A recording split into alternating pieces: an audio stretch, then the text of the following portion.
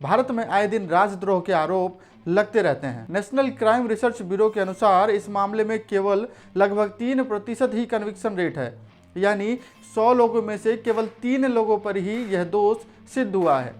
जबकि आज की बात करें तो भारत में कुल 13,306 लोग इस आरोप में जेलों में बंद हैं और जिन पर ट्रायल चल रहे हैं। दोस्तों, आज के इस वीडियो में हम सुप्रीम कोर्ट के एक ऐतिहासिक आदेश जो कि आईपीसी की धारा 124A यानी राजद्रोह से संबंधित है के बारे में बात करेंगे और आपको बताएंगे कि धारा 124A तथा article 19 clause 1 sub clause A कैसे एक दूसरे पर सवाल खड़ा करते हैं तथा यह भी जानेंगे कि राजद्रोह क्या है तथा यह किन परिस्थितियों में देशभक्ति बन जाता है। और इस वीडियो के अंत में हम जानेंगे कि आखिर सुप्रीम कोर्ट ने इस विषय में अपने आदेश में क्या कहा तथा यूनियन ऑफ इंडिया का इस विषय में क्या जवाब था। तो चलिए शुरू करते हैं। क्या महान स्वतंत्रता सेनानी बाल गंगाधर तिलक, भगत सिंह राजद्रोही थे या वे तमाम स्वतंत्रता सेनानी जिन पर अंग्रेजी हुकूमत के खिलाफ बोलने पर राजद्रोह के तहत कार्रवाई की गई, आज हम उन्हें देशभक्त कहते हैं?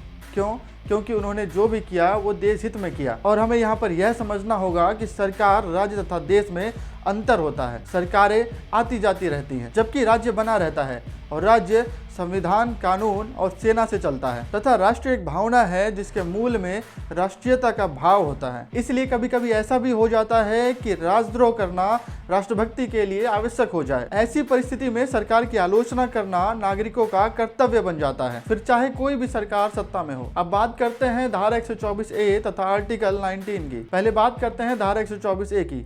इस धारा के तहत कोई भी बोलकर, लिखकर, संकेतों द्वारा या फिर कुछ ऐसा दिखाकर विधि द्वारा स्थापित सरकार के प्रति घृणा, अवमानना तथा असंतोष पैदा करे, उसके खिलाफ इस धारा के तहत आजीवन कारावास, 3 वर्ष की सजा तथा जुर्माना अथवा दोनों से दंडित किया जा सकता है। वहीं आर्टिकल 19(1)A बोलने तथा अभिव्यक्ति की स्वतंत्रता के तहत प्रत्येक नागरिक को भाषण द्वारा, लेखन, मुद्रण, प्रकाशन तथा किसी अन्य तरीके से स्वतंत्र रूप से किसी विचार अथवा विश्वास को व्यक्त करने का अधिकार प्रदान करती है। संविधान में इस आर्टिकल के तहत बोलने की आज़ादी का अधिकार दिया गया है, जबकि आईपीसी की धारा 124A में इसके तहत सजा के प्रावधान बना दिए गए हैं, जो कि काफ़ी लंबे समय से चला आ रहा है। और विभिन्न सत्ताधारी अपनी सत्ता का दुरुपयोग करते हुए अपनी सत्ता को बचाने के लिए इन धाराओं का गलत उपयोग करते आए हैं, जिसकी वजह से बोलने की आज़ादी की स्वतंत्रता का हनन हुआ है। साथ ही ये इतना संकुचित है कि सरकार जैसे चाहे वैसे इसका दुरुपयोग कर सकती है। यहाँ पर आपको यह भी बता दें कि आर्टिकल 19(1)A के साथ आर्टिकल 19 क्लॉज 2 भी शामिल है, जो कि अभिव्यक्ति की आज़ादी पर एक उचित प्रतिबंध भी लगाती है। यानी ऐसी कोई अभिव्यक्ति जो भारत की सुरक्षा तथा संप्रभुता को ठेस पहुँचाए,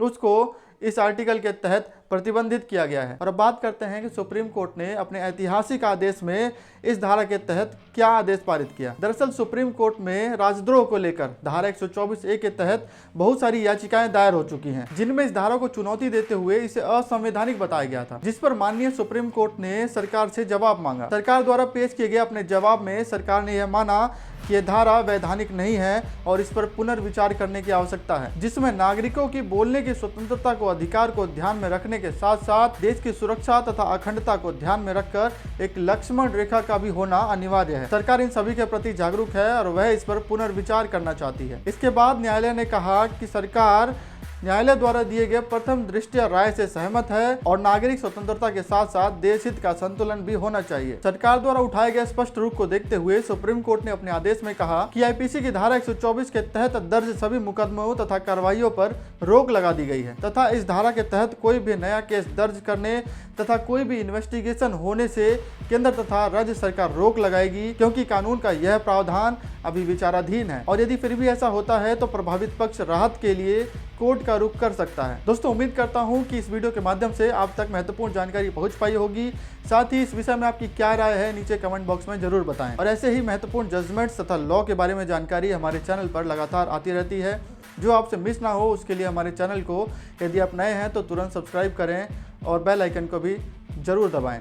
साथ ही हमारे फेसबुक पेज को भी जरूर फॉलो करें। आज के लिए इतना ही, मिलेंगे अगली इंटरेस्टिंग वीडियो के साथ, तब तक के लिए जय हिंद।